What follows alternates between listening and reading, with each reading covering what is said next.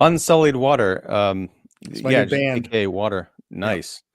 Well, AC, welcome to this, unexpected, unconventional live stream that we're doing. Fortuitous. That's how I like to think of it. Fortuitous. Yes, it's fortuitous that my sound went out right before we went live, and Yeah, I so I get that. wasn't able to give everybody a live and 5 reminder. But we got some people showing up to hang out with us for a little bit. Wonderful. Great. A lot of people worldwide, I think, or maybe it was just the States. I have no idea geography or what's going on with the sun or the planets and all that business. They spent a lot of time today wearing funky glasses. And we spent a lot of time on Friday, you Yes, more we than did. I, wearing funky glasses at the Music Box Theater here in Chicago because they've got going on right now. In fact, we're kind of stepping on their programming As right we now. So speak, if you're watching us, that means you're not at the Music Box right now. and if you are watching us at the Music Box in the Stop theater, you're that. going to get yelled at and Yep. bounced, rightfully so. Stop that. It'll hurt your eyes with the glasses anyway. Don't do it. That's true. Because right now they're doing what's called the Triple Threat 3D Film Festival. It's like a Yep. week long of programming using this new state of the art 3D technology that's only in like a handful of theaters across the country. So we went to see House of Wax from 1953 on the big screen on Friday, and you actually went to see The Creature from the Black Lagoon right beforehand. So you got the full experience. We're going to talk a bit about that tonight. We're going to talk about the fact that House of Wax 53 is, unbeknownst to me, even though you maintain that you told me this, it's not that I disbelieve you. Eh, It's just I don't trust my own memory. You said that it is actually a remake of 1933's Mystery of the Wax Museum, which it is. I just had no idea. I thought we were just going to talk about, like, watch those movies, like, hey, they both involve wax and right, right. they're old. But yeah, so the day before I watched House of Wax, I watched Mystery of the Wax Museum, and I really did not care for it. Yeah.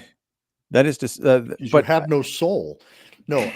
Well, part of the reason why so just to back up, part of the reason why we were talking about doing it last year was that because of the 33 and the 53, they were Mhm. celebrating anniversaries. So Mystery of the Wax Museum is 90 years old, and House of Wax is 70 years old, or 71 and 91 now. But that was part of the impetus, was to get us to watch those on their anniversary. But we missed it, but that's okay because every year is an anniversary. That's true. And, you said 90 years old, but for Isn't that Mystery of the Wax wild? Museum, it is. And also because it's ahead of its time in like two ways. Because my main complaint about watching about that movie, which was made by Michael Casablanca Curtiz, Michael That's right. Robin Hood, Adventures of Robin Hood Curtiz, and many other classic films. I'm a fan. It's just this was a blind spot, so I was kind of excited to see it, Yeah. and I really did not like Mystery of the Wax Museum because it felt like it was a horror movie spliced in with a precursor to His Girl Friday, Mm. and I wanted to see both of those movies, just not at the same time. Yeah. And we were talking because you had mentioned when we watched House of Wax, the Music Box, that you'd seen it, you didn't much care for it. And I was like, gosh, I haven't seen it in a while. What if I don't like it when I revisit it? I watched it today and I was like, I love this movie. I'm sorry Ian didn't like it, but I just think what you just said about it being kind of like it's two movies at once. I'd say yes, that's true, although there's a drive to it. And it's interesting that King Kong came out the same year, also starring Fay Wray.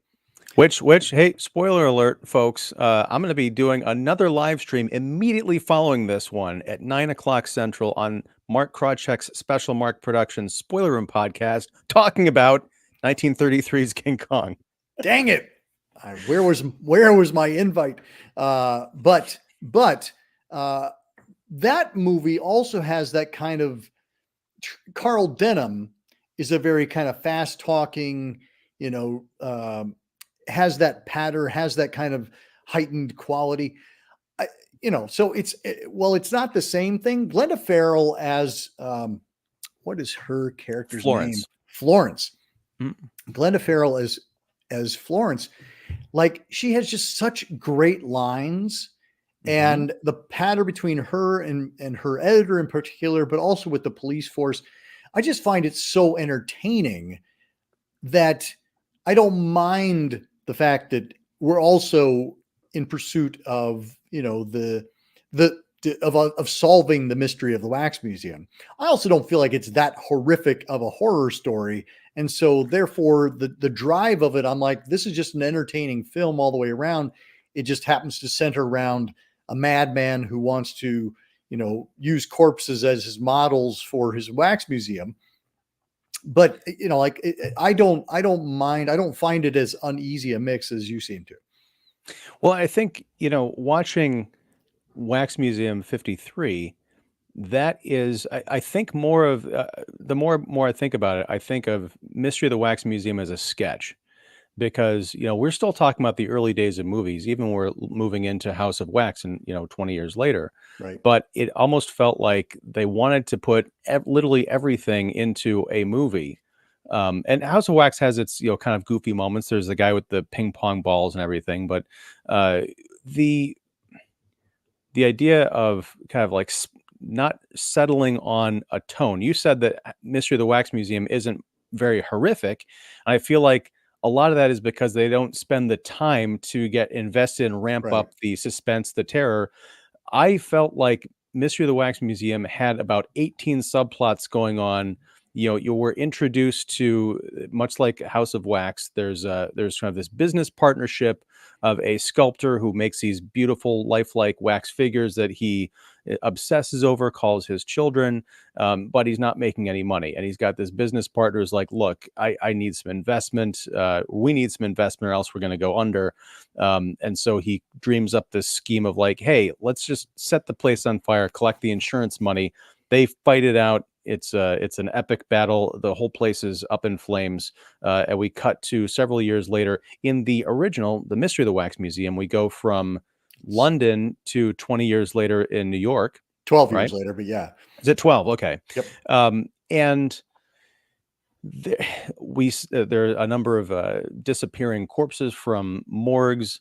There is a new wax museum opening up, and it turns out it's our Mr. Igor, played by Lionel Atwill. Yes. And he's wheelchair bound. His hands are kind of useless. He's gone a little bit kooky. He has a team of kind of assistants who actually sculpt things for him and help procure, materials and everything. And of course, much like a vampire movie, he sees this stunning young lady who comes to one of his exhibits. That's Miss Fay Ray playing Charlotte Duncan. And he's like, you remind me of this wax figure of Marie Antoinette that I did, 12 years ago. He becomes obsessed with her. Now, meanwhile, yes, there's all these bodies disappearing from morgues. There's mysterious deaths. And spoiler alert, it turns out that he's using the corpses as the underlay for these wax figures as he tries to recreate the museum from 12 years ago.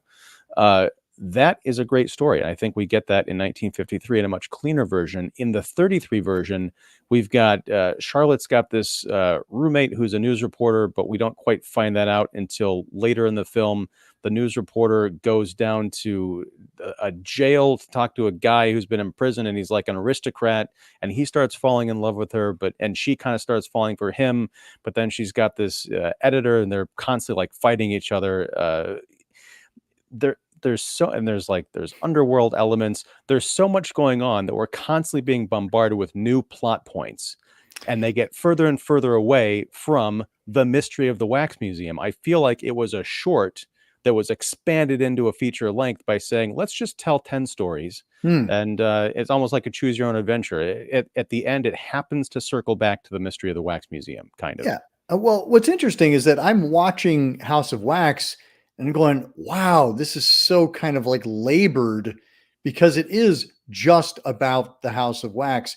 And there's no mystery to it. Like, we know who the person is who's running it. Like, and I asked you that in the lobby. I said, are we supposed to not know that's Vincent Price underneath the makeup? Because it's so clearly Vincent Price. But that also has to do with the fact that Vincent Price was not a major star at that point. He certainly wasn't the high horror icon that he became. Right. And I don't want to say something. I know they remade House of Wax in 2005. And I know that you, for whatever reason, love that movie as well. I kid. I'm I not do a fan. like that movie. I will go to bat for that movie. I don't think it should have been called House of Wax because it's going to immediately draw comparisons. But there's a literal house of wax in the movie. So what else are you going to call it? John Kitley and I always joke that it should have been called the House of Melty Terror, and then it would have been fine. Yeah, I think they should have a wax House of Wax themed sandwich shop called the House of Melty Terror because I just think of Ooh, grilled cheese, and now I'm that hungry. sounds delicious. But no, here's what I'm going with this, AC, because I agree. There's actually elements from Mystery of the Wax Museum that I think were done better than they were in House of Wax. The Yeah. primary one being in the Mystery of the Wax Museum, and I've only watched it once. Maybe you picked up on this in your subsequent viewing, but there is this element of mystery of this shadowy figure who we just watched Sam Raimi's Darkman a few weeks Mm, ago, mm. and I could not stop thinking about Darkman because he had the same kind of outfit. Yep. He lived in this mysterious lab and was constantly like concocting bubbly things, but he shows up to elaborately steal these corpses out of the morgue. And maybe it's because it wasn't black and white, but it was like this duochrome kind of a treatment where it's very kind of It's a inky and two-strip Technicolor process. It was one of the first Mystery of the Wax Museum we're talking about. right, and it's still very eerie. At times I was like, "Wait, is this a colorized movie? This isn't quite Ted Turner, but it Right, it right, has an otherworldly kind of quality to it." And so you see this mysterious figure running around. You never get really a good look at him until right. towards the end of the film. And I think that helped to widen the distinction along with the, 83 other subplots that were going on. Like, wait, I don't think this has any connection to the guy in the wheelchair who was actually the reincarnated or survived, Dr. Igor. So it was kind of a surprise when he stood up out of the wheelchair at the end to Mhm. attack our fair Charlotte. Whereas you're right, in House of Wax, because it's 70 years later, we know Vincent Price, and he's got that distinct face, especially that giant red lip that's popping out. Like, yeah, there's no mystery to it. So I think yes, that was a shortcoming, and also the big reveal where our Mr. Igor gets up out of his chair and confronts Charlotte, and she starts attacking him. She hits him on the face, and that face breaks, like it cracks almost like glass, and you reveal the monster underneath. It's stunning. Yeah. And they recreate that in the 1953 version in House of Wax. I'm like, it still works, but it's not nearly as shocking as it is in that original version. I was surprised at how faithful House of Wax is to Mystery of the Wax Museum in terms of kind of like hitting the major points along the way. I mean, they even have a couple of the same lines, Mhm. like when the corpse sits up in the morgue, due to the embalming fluid, and we have the same line. They got a big groan in the music box where it's like, "Isn't that just like a skirt?" Or what? I can't remember what he calls her in the. No, the skirt line was later. That was a different character, but yeah, Isn't that just like a woman to always want to get the last word? yes. There's a lot of that, specifically in the 53 version. And that's, I'll say, that's surprising about the 33 mystery is that, the Florence character is very much, she's got that rat-a-tat dialogue. Not Yep. only that, but she's sassy, she's spunky, she's like a proto Lois Lane kind of a journalist that no one kind of takes seriously. Right. And I'm like, this is a really compelling story, but you've got like almost two final girls in your movie, and it doesn't Right. quite work.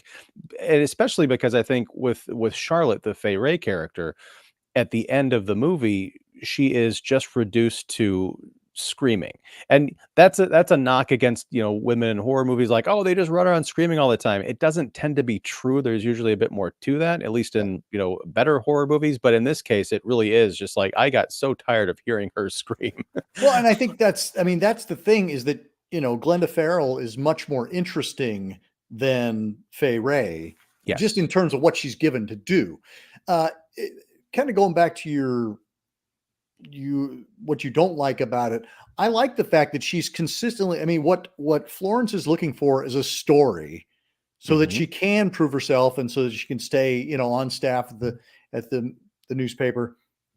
And so she is constantly finding those new things and finding those the things that you didn't like, all the different subplots. It's like it's all in pursuit of the story. And so for me, it absolutely tracked. I was following her as she went along. Fay Wray almost feels like kind of an afterthought, a secondary element.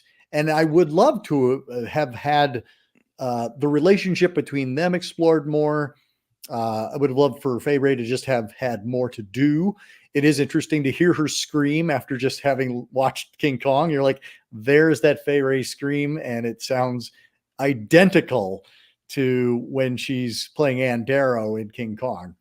It's because it's the same person. It is. And she only knows how to scream this one way.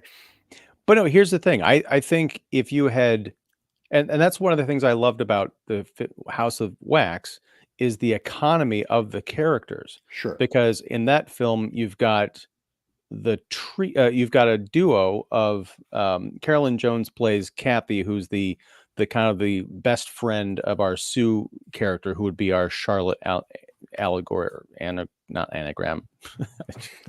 Avatar? Corollary. Avatar, sure. Whereas in the Mystery of the Wax Museum, you've got these two characters, like these sort of two main characters. I think if you'd combine them into one and had this journalist who was sort of on the case, and then you have our, Mr. Igor, like latching on to her. That she was going to be the Marie Antoinette that he wanted to cover in wax. Right. And then at that point, when she's all constantly coming around looking for information, he's more welcoming, and maybe he invites her in instead of trying to keep her away. But yeah, it didn't grab me in that sense. As I told you at the Music Box, I like both of the movies that are in Mystery of the Wax Museum. I want to see something. I don't know what our Miss Florence Glenda Farrell did besides that movie, but she's great. She's a firecracker. She really does stick it to the guys. I think if she had been transplanted to the House of Wax universe, and she would have given some fat lips to those to those cops, certainly. Well, and I think that's the thing. Like, we get, like, she's doing the investigating, whereas we get kind of a lackluster investigation from our House of Wax, our 1953 cops. Like, they're getting around to it eventually. They'll eventually, figure this out. But I like what Glenda Farrell as Charlotte is, what she's doing. Like, I just like how she is not Charlotte, sorry, Florence. I like how she is pursuing it, and she is our main vehicle. As opposed to her counterpart for House of Wax, like the Phyllis Kirk, she is such a bland heroine, like throughout. I disagree. I really? disagree. Okay. Yeah, I think she's not showy in the way that that Florence is, for sure. But I like the fact that she's, again, sort of a prototype, or I guess her and Kathy, her friend, are sort of the prototype for the dynamic we would see in slasher movies and horror movies played out later. You think of Jamie Lee Curtis, and oh my God, I'm blanking on her name. Halloween. Nancy Loomis? No, the actress. Oh, PJ Souls. PJ Souls. Thank you very much. I'm embarrassed, everybody. Yes. Sorry. So you've got the Jamie Lee Curtis, PJ Souls kind of dynamic, like the sex pot versus the more conservative, I just want to kind of stay at home and babysit. But, Sue Ellen is helping her friend to land this, rich guy who just came into a whole bunch of insurance money because, as it turns out, he just burned down this wax museum with his business partner in it. And that was this kind of interesting web of I did like how they connected that. Yeah. Right. And I like that roommate angle. And it's like, oh my gosh, now my gosh, look at Terminator. You've got Sarah Connor, and and she comes home from waitressing to find that her girlfriend and her boyfriend have been killed by this robot monster. Man, But Florence and Charlotte are roommates too, but you didn't. They are roommates, but they didn't really explore it that much. And I think it's the dynamic is because with Kathy, she gets killed right away.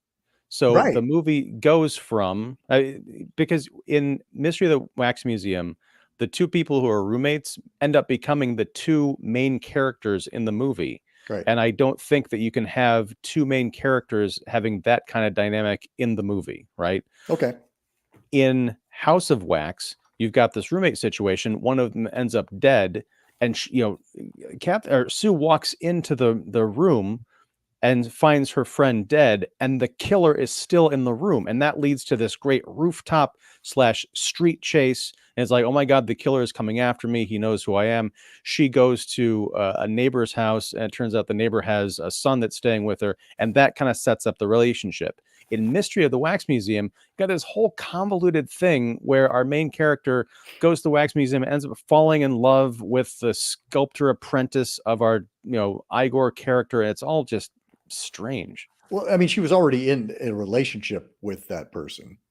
Was she? I don't. Yeah. I thought that they. I Yeah. thought there was like some kind of a connection there. Maybe I'm. No, It no, might be that I'm I mean, running them she together. went there to meet him, and he was like the old man's, Right. Wait, are you Okay. talking House of Wax or Mystery of the Wax Museum? Mystery of the Wax Museum. Okay. So Yeah, there they was had a pre-established relationship. relationship there. Okay. Yeah. That might be because I watched them 24 hours apart from each other. They Can were we kind of talk running about together. Carolyn Jones in House of Wax though? Because she's We have to delightful. talk about that. Yes. Okay. Yeah. Morticia Addams, as you've never seen her before. Well, because Go for Carolyn it. Jones was a blonde, in real life, and so like the Morticia Addams was a look, it was a wig, but to see Carolyn Jones, basically just kind of playing this kind of a bimbo, but knowingly so, like knowing what she wants and being totally okay with being a surface. Like she's fine with being a gold digger. She's like, yeah, I need a man with some money. What are you gonna do? Yeah, and she talks about when her prospect, I guess, ends up dead. The victim of a horrible murder that was made to look like a suicide. She makes some crack about how he just hung himself, and it just like does this tee giggle. It's a great performance, and I'm glad that she's only in the movie for like 5 minutes or 10 minutes or whatever. But on the Sure. other hand, Just in terms of the character serving the story, but yeah.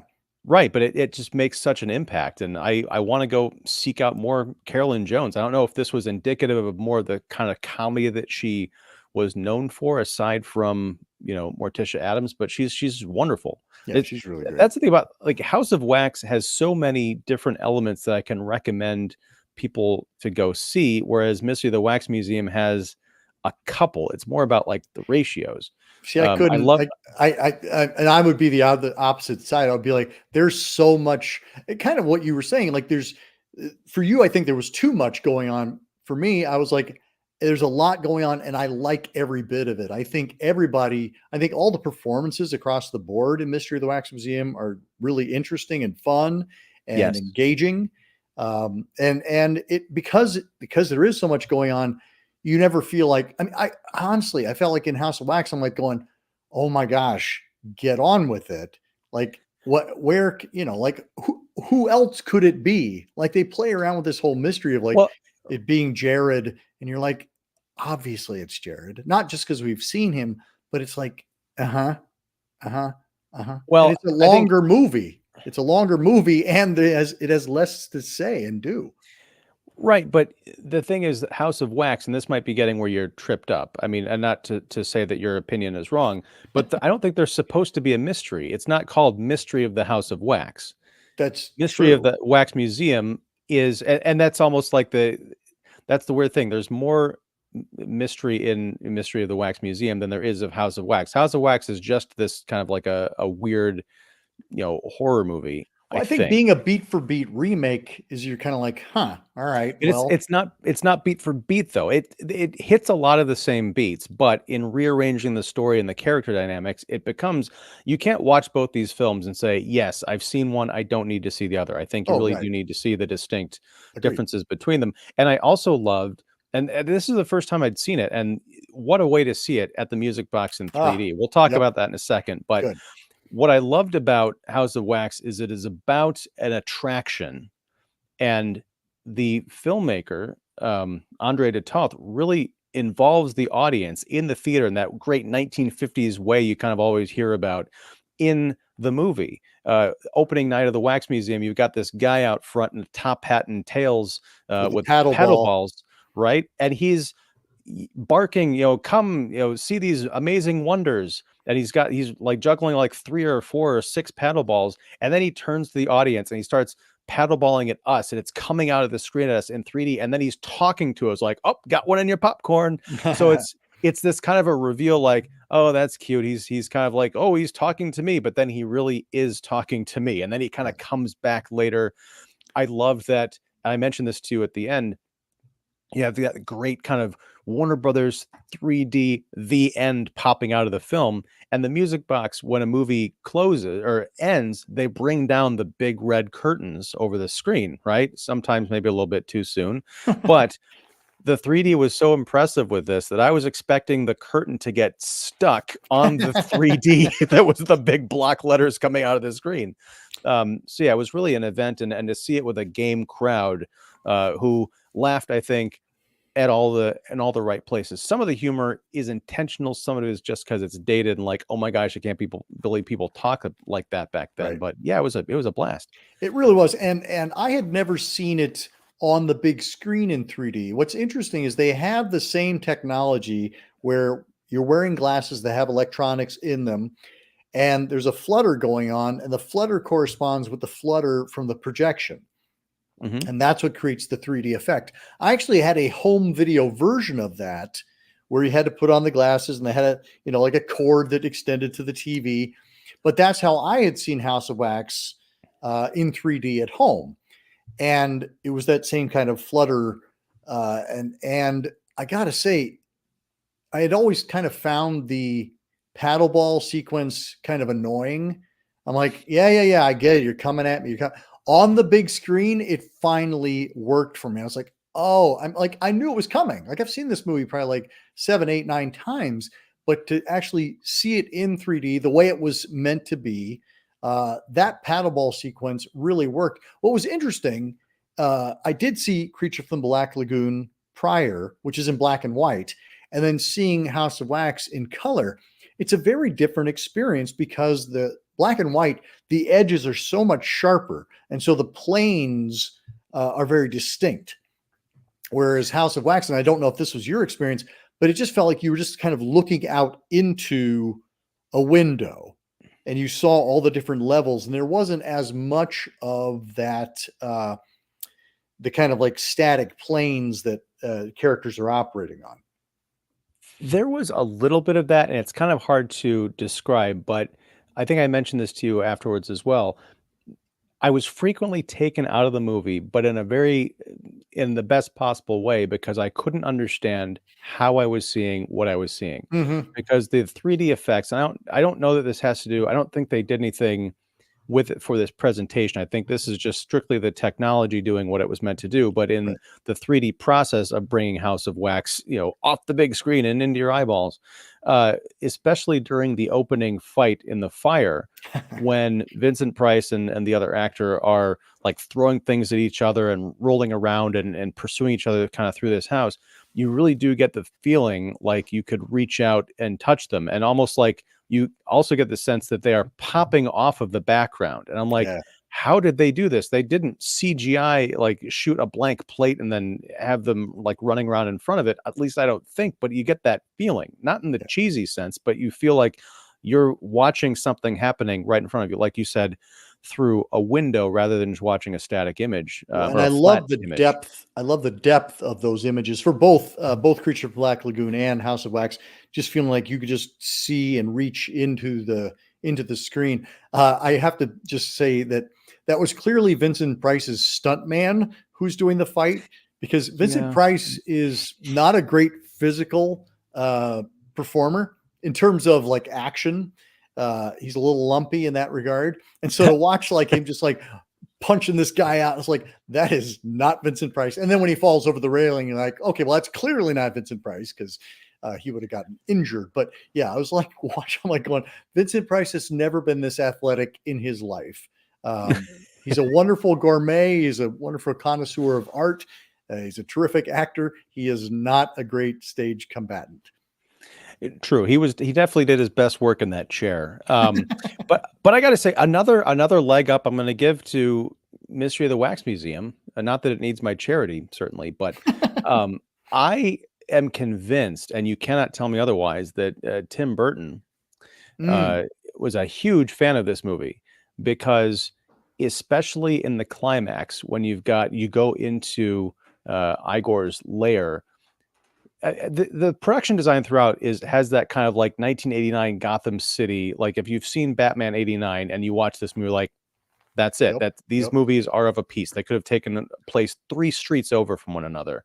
But particularly when you get into the layer with the wax and the the big chamber and all that stuff and the big vat, you're like, oh, this looks like Axis chemicals. And even when the doctor falls to his death, spoiler alert, into the wax, the vat of wax, I'm like, yeah, that's Jack Nicholson falling into the toxic goo. It's just so cool to see it. Now, it doesn't mean anything to someone watching 1953 because Batman 89 didn't exist for another 50 years.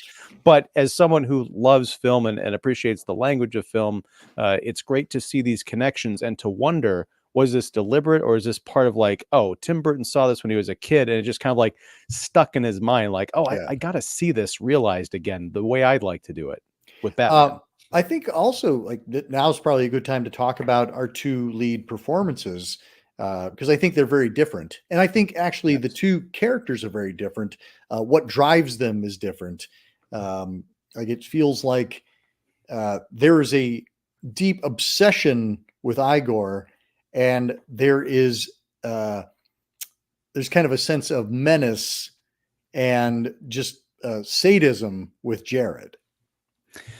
Yes. I haven't really given much thought to the motivations behind the characters. I think because I'd watched the movies in such close succession, I didn't even really draw that distinction until you mention it now. But it's a case where, I mean, I don't know that you're ever going to beat Vincent Price, but I think I do like both of the takes on this very similar character.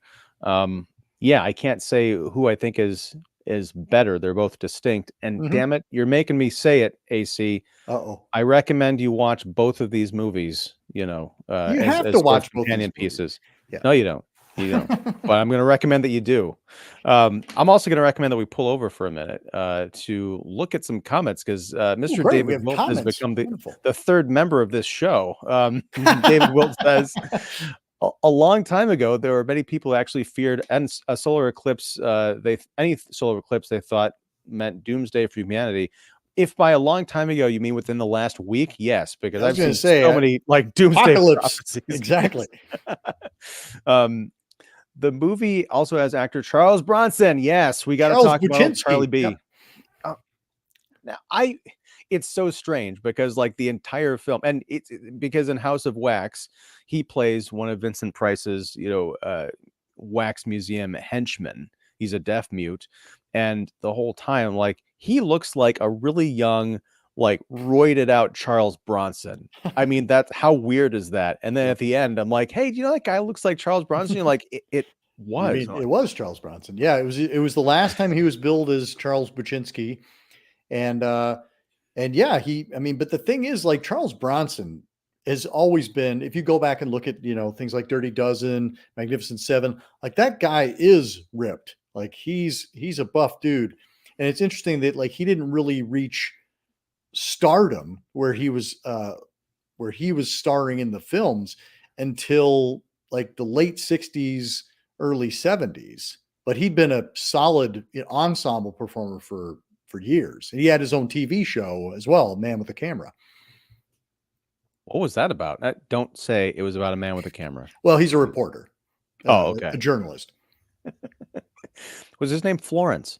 No. All right. Let's see. This movie kind of reminds me of the 1943 Phantom of the Opera, because during the first half of the movie, we were given the first of Eric before he was disfigured of the Phantom. Okay. I confess, Phantom of the Opera 43 is another one I have not seen. Okay. You'll get around to it. Yes. Have you seen the Lon Chaney one? No. Have you seen the Herbert Lom one? No. And I haven't seen the Robert We're Englund. gonna need to do some Phantom of the Opera, it sounds like. I haven't seen the Robert Englund one. Yeah. Let's see. Or the Dario Argento one. Igor. And it's weird because Charles Bronson's character in House of Wax was named Igor. Right, right. You got Igor and then Igor 20 years later. That sounds like Peter Boyle's character in Young Frankenstein. Indeed. Well, Marty Carolyn Feldman's Jones. character, but yes.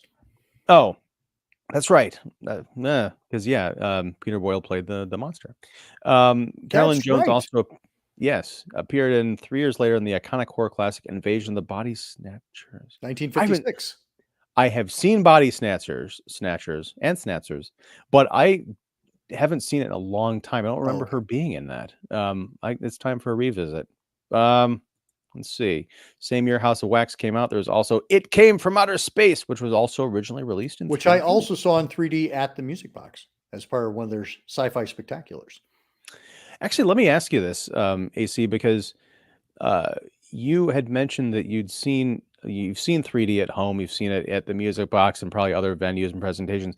How did this experience like stand out for you? And you kind of maybe touched on it with the way that you talked about Creature from the Black Lagoon, but is it dramatically different from other 3D that you've seen, or is it just kind of like, oh, this is better? It's just not like crazy revolutionary. Well, I mean, I think what's nice about both of these films is that they're really strong movies on their own. Like Creature from the Black Lagoon and House of Wax are both strong films. And so Hmm. their narrative has held up as a 2D version for years, but they were shot in 3D. They were intended to be seen in 3D. They were trying to get people, lure them out of their houses because TV was starting to invade. And so they're trying to give audiences something that they hadn't seen before, something they couldn't get at home. And so to be able to see these films the way they were meant to be seen, I think that's really why I wanted to check them out. I wanted to see them, and they did not disappoint because I think it enhances the film. The film experience it's a better film for seeing it in 3D. Totally agree. And I will say that, as far as this new technology that they have at Music Box, and I'm going to link, I think there's a link right now to their Triple Threat 3D series so you can get tickets. But also, if you go to the Music Box website, I think they have, or maybe it's on a related site, I'll have to dig up a link, information about what makes this. Why they invested in it, why it's so unique to Yeah. only a few theaters in the country. There's a whole speech at the beginning about like how to handle the glasses, and you got to return them, and they Yep. won't work anywhere else in the city or in the country. Actually, it's all calibrated specifically. But yeah, for me, it was the brightness factor. It's not quite 100%, but usually when you put on 3D glasses in theaters like at AMC or something, it dims the picture. Everything gets very dark. Yeah. Right. In this case, and you can always tell, like I always do the peak where it's like, oh, I want to see the fuzzy image or whatever. And you're like, oh, well, it's so bright.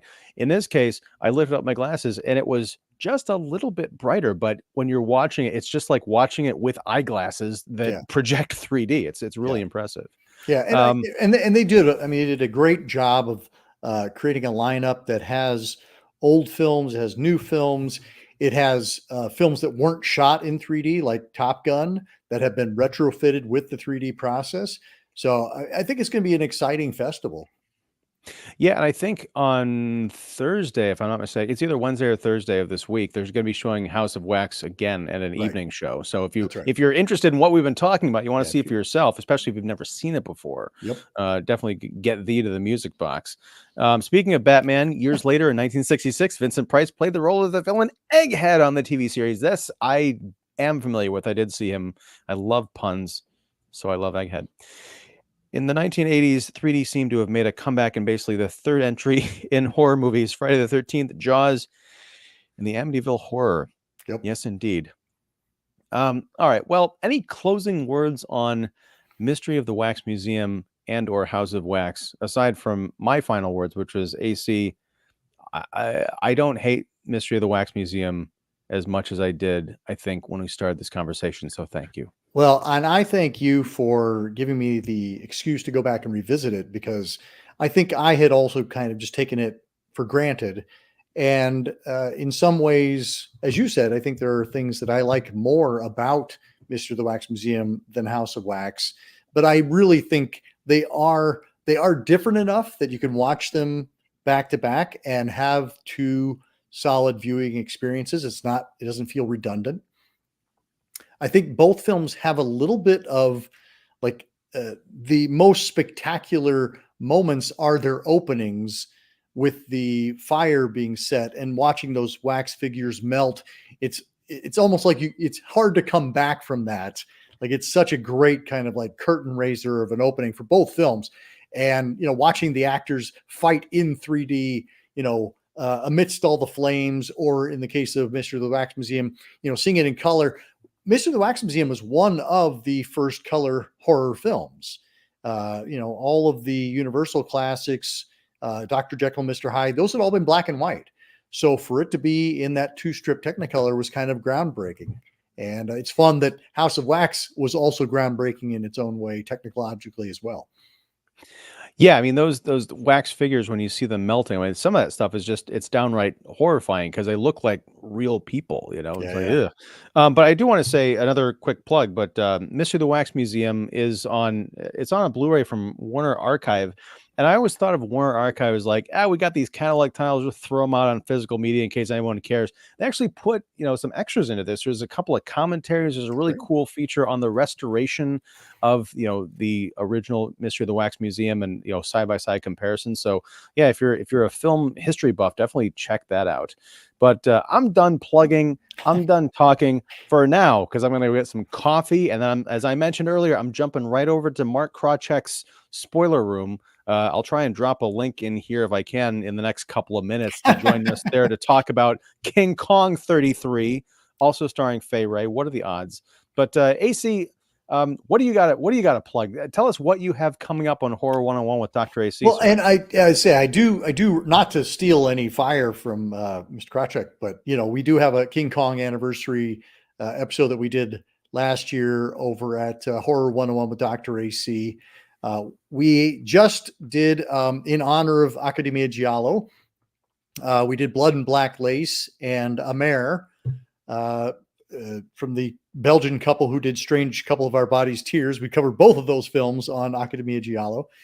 And we're going to be, this week, we're going to be talking about 2 films from Antonio Margheriti, The Long Hair of Death and Castle of Blood, both starring Barbara Steele. So that's a couple of gothic black and white masterpieces, in my opinion.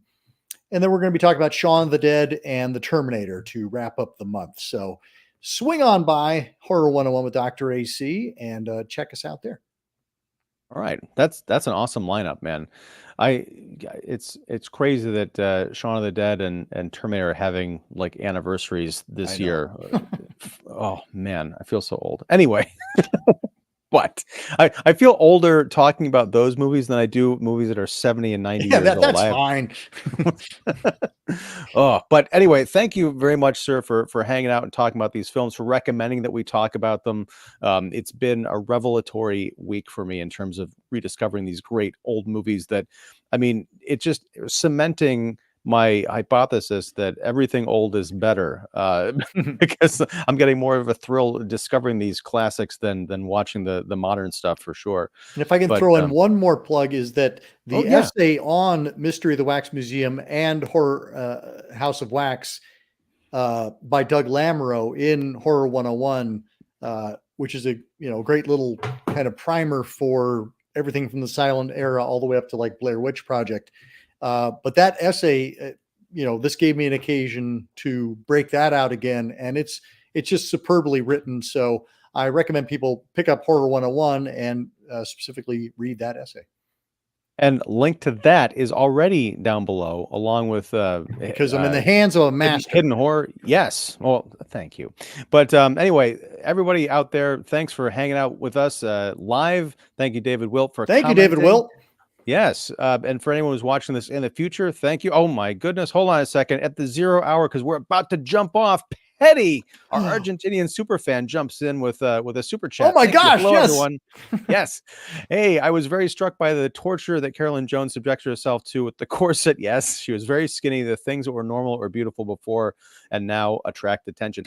That looked like a special effect when her Fred was tightening the corset. I could not believe it. Yeah. Oh, But anyway, Petty, I'm glad you could jump in at the end. I don't know if you've been with us the entire time, but check us out on the replay if you missed anything. And everyone else, again, thank you so much. If you like this live stream, please like and subscribe. Check out AC. Everything that he's involved in is down below. Check out the Music Box or 3D Festival. Until next time, whenever that is, whatever that is, thanks very much. Take care, and go light a candle in honor of the eclipse because it's got wax in it or something.